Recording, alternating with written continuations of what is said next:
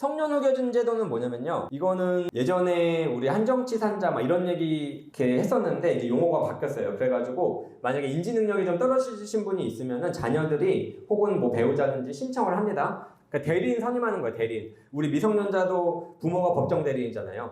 성년 후견인은 법정 대리인이에요. 성인의 법정 대리인. 그래서 성인이 만약에 뭐 좀 치매가 있으시거나 해가지고 이런 정상적인 어떤 뭐 계약서 체결이나 뭐 이런 걸 할 수가 없다. 그러면은 이제 자녀들이나 이렇게 성년 후견인을 나로 A랑 B가 자녀가 있으면 A가 저를 성년 후견인으로 지정해주세요 하면서 법원에 신청을 하게 됩니다. 근데 이게 사실 좀 논란이 많은 게 A가 자기가 대리인 후견인으로 인정되면 A가 마음대로 할 수 있잖아요. B 입장에서는 그럼 내가 대리인 할게 이러잖아요. 그러니까 법원에서 이게 좀 논란이 많이 됩니다. A는 나를 후견인을 해주세요 하고 B는 또 저를 해주세요. 서로 이게 못 믿어가지고. 그러니까 좀 잘 되면 좋은데 서로 좀 관계가 안 좋거나 하면은 그거 갖고 서로 싸워가지고 법원 입장에서 제일 피후견인, 그러니까 지금 좀 정신적으로 조금 약하신 분의 복리에 가장 적합한 분이 누구인지를 선임을 하게 됩니다. 그렇고 그 다음에 협의분할이라는 게 있는데 돌아가시면은 앞에서 말씀드렸던 이런 뭐 단순 상속 이런 거는 법정 분할로, 그러니까 아까 말씀드렸던 1.5 대 1대1 이렇게 법정 분할하는 게 있잖아요. 근데 두 번째는 서로 합의서 써가지고 뭐 아파트는 동거 모시고 살던 A가 갖고 B가 차남이 뭐 따로 살았는데 예금 가지고 뭐 자동차도 가지고 땅도 가지고 이렇게 합의서 쓰는 걸 말하는 거거든요. 그래서 상속재산 협의분할이라고 하는데 그때 예를 들어서 이게 있어요. 그러니까 상속이든지 증여든지 항상 생각할 때는 세금이 항상 중요하거든요. 세금이 가장 중요한데 뭘 더 세금을 안 내게 될 것인가, 뭐를 선택했을 때 세금을 안 내게 될 것인가, 이게 가장 중요한데 예를 들어서 10억이 재산이에요. 돌아가신 분의 재산인데 원래는 뭐 배우자가 안 계시다고 할게요. 좀 계산하기 쉽게 5억씩 가져야 되는데 A가 자기가 조금 여유가 있어요. 큰아들이 만약에 좀 여유가 있다? 그러면 나는 조금 덜 가질게. 네가 동생한테 네가 7억 원 가지고 내가 3억 원 가질게 했을 때 그러면은 겉으로 보기에는 그러면은 A는 원래 5억 원을 받을 수 있는데 3억 원만 받았으니까 2억을 주는 것 같잖아요. 근데 직결세가 안 붙어요.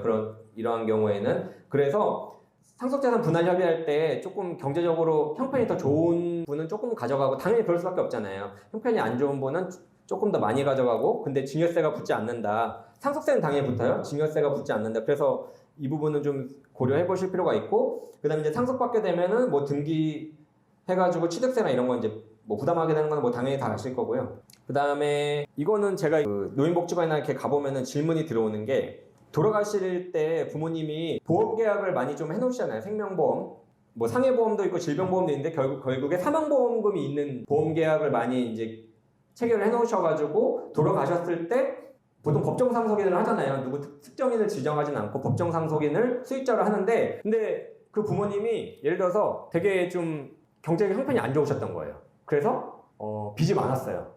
제가 상속을 받아야 되는 사람이 어쩔 수 없이 상속 포기를 했어요. 포기를 했는데 이 보험계약이 있었던 거예요. 아까 그 안심상속 원스톱 서비스를 해봤더니 뭐 AIG 뭐 막 보험사에서 막 오거든요. 봤더니 이게 생명보험이 있네. 생명보험이 예를 들어서 뭐 3억이다. 그러면 되게 큰 돈이잖아요. 엄청 큰 돈이잖아요. 그럼 상속 포기를 해도 그 보험금은 받을 수 있습니다. 이거는 우리나라 대법원에서 판결을 내린 거기 때문에 그래서 상속 포기를 하더라도 그런 보험금은 사망보험금은 받을 수 있다. 근데 대신에 세법적으로는 세금 측면에서는 상속세는 내셔야 돼. 그러니까 조금 약간 복잡해지는데 어쨌든 받아도 된다. 근데 상속세는 내야 된다. 이거고 그 다음에 이거는 상속이랑 조금 관련이 조금 떨어지기는 하는데 제가 그 노인복지관에 강의 나가면 이런 질문이 있어요. 그러니까 노령연금 있잖아요. 그 노령연금은 국민연금의 일종이거든요. 국민연금의 여러 가지 항목이 있는데 그중에 노령연금이 하나가 있고 그 다음에 그거랑 완전 별개로 우리 기초연금이라고 있잖아요. 그 국가에서 지금 올해가 30몇만 원인가 제가 알기로는 막 그런데 이제 기초연금 제도가 있고 국민연금 제도가 있는데 국민연금을 받으시던 어떤 A라는 분이 돌아가셨으면은 유족연금이라고 생기거든요. 그래서 배우자가 유족연금을 신청할 수 있어요. 근데 이게 왜 상속하고 연관되냐면은 여기 제가 맨 마지막에 써놨는데 이게 좀 안 보실 수 있는데 항상 이게 좀 상속폭이랑 연결되는데 만약에 A라는 배우자가 돌아가셨어요. 그 국민연금을 뭐 월 100만 원씩 받으시던 분이 있는데 근데 빚이 많아가지고 B라는 배우자가 상속 포기를 했어요. 너무 빚이 많으니까. 그렇지만 유족연금은 받을 수 있다. 그거랑 별개다. 왜냐면 유족연금은 국민연금법에서 말하는 내가 죽었을 때 내가 받던 노령연금을 이제 배우자가 받는 거예요. 그게 유족연금인데, 그래서 그것은 생활을 이렇게 보조해주는 개념이기 때문에 유족연금을 받을 수 있다. 상속 포기를 하더라도. 근데 유족연금은 여기 지금 제가 이렇게 써놨는데 한 대충 40%에서 60%라고 보시면 돼요. 돌아가신 분이 받던 금액의 40%에서 60%. 근데 그런 경우가 있을 수 있잖아요. A랑 B가 이렇게 두 분이 결혼해서 사시다가 두 분 다 노령연금을 받으시는 분이에요. 국민연금 잘 납입해 하셔가지고. 근데 A가 돌아가셨어요. 그럼 B 입장에서 그럼 나는 유족연금을 받아야 되나? 아니면 내가 원래 받던 노령연금을 그대로 받아야 되나? 이걸 선택할 수 있어요. 둘 중에 제일 유리한 거 선택할 수 있는데, 근데 내가 받던 노령연금 그대로 받겠다. 예를 들어서 이분이 뭐 돌아가시면 100만 원 받았고 내가 50만 원 받았는데 유족연금 하면은 뭐 40% 정도라고 했잖아요. 그러면 40만 원밖에 못 받으니까 내 거 50만 원 받는 게 낫잖아요. 근데 그때 국가에서는 유족연금의 30%를 더 지급해줘요, 대신에.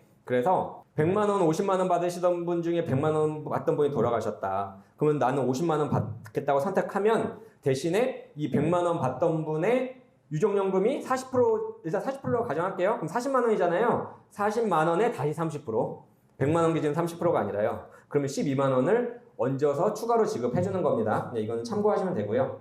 그 다음에 자녀가 해외에 있는 경우, 여기 저희 목사님도 그렇고 좀 자녀가 해외에 있는 경우가 있으시잖아요. 자녀가 해외에 있더라도 여기 보시면 외국 국적이든지 외국 영주권자든지 상관없어요. 국적 이런 거랑 관계없어요. 그냥 우리나라에 안 사는 사람, 자녀 중에. 그러면 상속세를 내야 됩니다.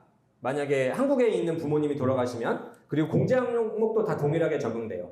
그래서 자녀가 해외에 있더라도 나중에 혹시 막 이제 그런 어떤 일이 있으면 이거 상속세는 내야 되는구나.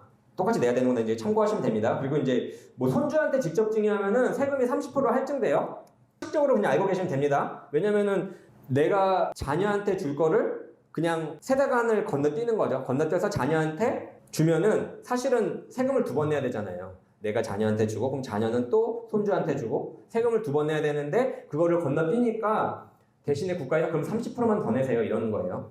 그래서 참고하시면 되고요. 그리고 아까 제가 맨 처음에 배우자가 살아계시면 10억, 배우자가 안 계시면 5억까지는 상속세가 안 붙는다고 말씀드렸잖아요. 그러면은 이제 생각하실 게 그러면 상속세 신고 안 해도 되지 않나? 이제 그 생각을 하실 수 있어요. 근데 만약에 그 상속 재산 중에 토지가 있다. 시골에 어떤 땅이 있는데 그게 뭐 5억은 안 된다. 그런데 그게 그래도 어느 정도 가치가 있다. 뭐 1억, 2억, 몇 천만 원 가치가 있는데 그거를 이제 신고를 안 했다. 그럼 나중에 팔 때 문제가 생겨요.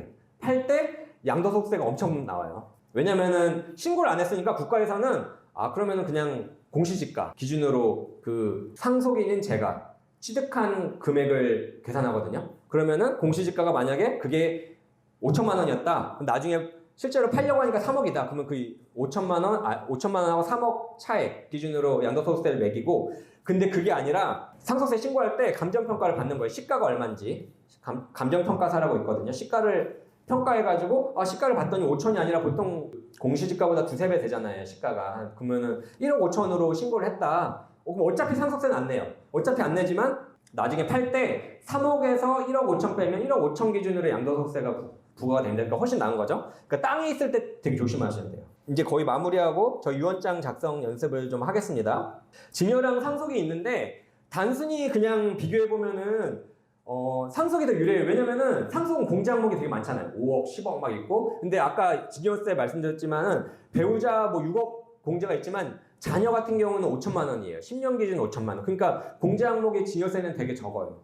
그 단순히 생각하면 상속이 더 공제 금액이 커서 세금을 잘 내지 않게 되니까 상속이 유리한 것 같은데, 또 이제 한편으로는 증여는 그래도 10년에 5천만 원, 배우자 같은 경우는 6억까지 공제가 되니까 그거를 좀 활용할 필요가 있거든요. 그래서 이거를 좀 적절히 그 금액을 잘 계산하셔가지고 금액을 적절히 배분하시는 게 좋거든요.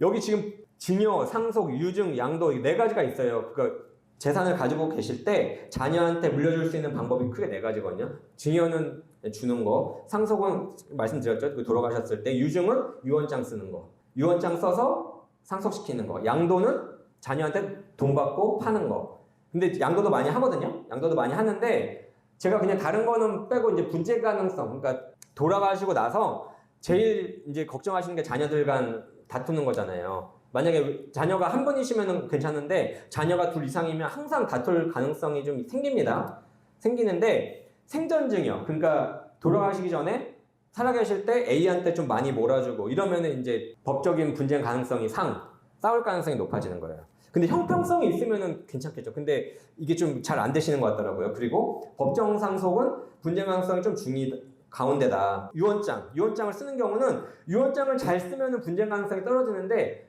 유언장을 법적 형식에 안 맞게 쓰면은 오히려 싸움만 더 나요. 그건 뒤에 가서 다시 설명드리겠습니다. 요새 신탁 상품 많이 활용하시는데 은행에서 이건 제가 넘어갈게요. 유언장 작성을 어떻게 하냐면요. 유언장이 방법이 여러 가지가 있어요. 근데 본인이 이렇게 백지에다가 수기로 쓸 수 있어요. 수기로 자필로. 그러면 효력이 있습니다. 근데 문제가 뭐냐면요. 잘 쓰셔야 돼요. 유언장에서 중요한 게 여기 지금 막 써놨는데 연, 월, 일을 다 쓰셔야 돼요. 손으로. 타이핑하면 안 됩니다. 2025년 10월 12일까지 써야 돼요. 10월까지만 쓰면 무효예요. 그리고 밑에다가 자기의 주소를 써야 돼요.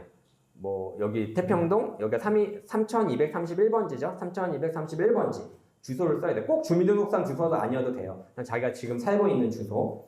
성명 쓰시고 맨 끝에다가 지장 찍어도 되고 날인해도 되거든요. 인감도장 아니어도 돼요. 막도장도 돼요. 서명만 안 하시면 돼요. 서명하면 이제 무효예요. 이름 쓰고 이름도 이제 자기가 쓰잖아요. 제 이름 강도원 쓰고 그 옆에다가 또 강도원 서명했다. 그럼 이제 무효인 거예요. 이런 방식이 하나가 있고 이제 변호사한테 찾아가서 하는 방식이 있어요. 그러면은 변호사랑 하면 어떻게 되냐면은 증인을 2명을 데려오고 좀 복잡해져요. 그러면 변호사가 타이핑해가지고 쓸 수 있는데 비용이 엄청 차이 나요.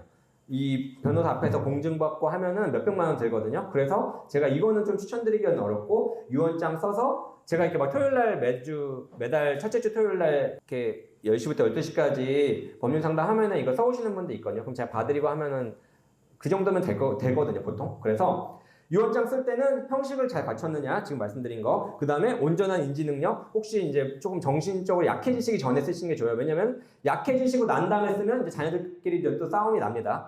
왜냐면은 그 부모님을 모시고 있는 A는 똑바로 맑은 정신 상태에서 쓰셨다고 하고 B는 또 그렇게 생각 안 해요. 그리고 그러니까 A가 잘 꼬드겨가지고 썼다 이제 이렇게 생각하거든요, 보통. 그리고 유류분 침해. 내가 쓸 때 누구한테 몰아주면 안 돼요. 항상 A랑 B가 자녀가 있으면은 A한테 몰아주고 싶다, 100% 다 주고 싶어도 B의 그 유류분 50%를 침해하면 안 됩니다. 유언장 쓰실 때. 그러면 이제 싸움 나는 겁니다. 그래서 유언장 쓰시고 이거를 장롱에 꼭꼭 숨겨놓으면 안 돼요. 왜냐면 우리나라 분들 좀 많이 그러시는데 그러면은 이제 나중에 자녀들이 막 깜짝 놀라게 되는 거예요. 이렇게 장롱 열었다가. 차라리 이걸 써놓고 자녀들을 모아서 내가 왜 이렇게 썼는지 얘기해주는 게 나중에 사후의 분쟁을 방지할 수 있는 방법인데 그래야지 자녀들도 이해를 하고 아 이렇구나 뭐 내가 마음에 안 들지만 나는 좀 만족스럽지 못하지만 그래도 부모님 뜻이 그렇다면 인정해야지 하는데 갑자기 그런 얘기도 배경 설명도 없이 갑자기 튀어나오면 이제 싸우게 되는 거죠. 그래서 유언장에 여러 가지 문제들이 나오는 경우가 있는데 만약에 부동산을 상속을 하실 거면은 주소까지 잘 써야 돼요. 뭐 아파트 몇 동 몇 호까지 뭐 내가 살고 있는 아파트 이렇게 쓰시면 안 돼요. 그러면 이제 싸움 나는 거예요 또. 근데 그런 경우가 실제로 있어요. 뭐 자그마한 아파트 그리고 또 뭐 땅이 있는데 뭐 선산 이렇게 표현하면 안 돼요. 선산에 뭐 몇 마지기는 이제 안 쓰잖아요 우리가. 어디는 뭐 마지기 150평, 200평, 250평 막 지역마다 다른데 이렇게 하면 안 되고 뭐 몇 번지, 몇 평 땅 이렇게 확실하게 쓰시던가 몇 번지까지는 차라리 쓰시던가 그 땅을 태평동 몇 번지 뭐 이렇게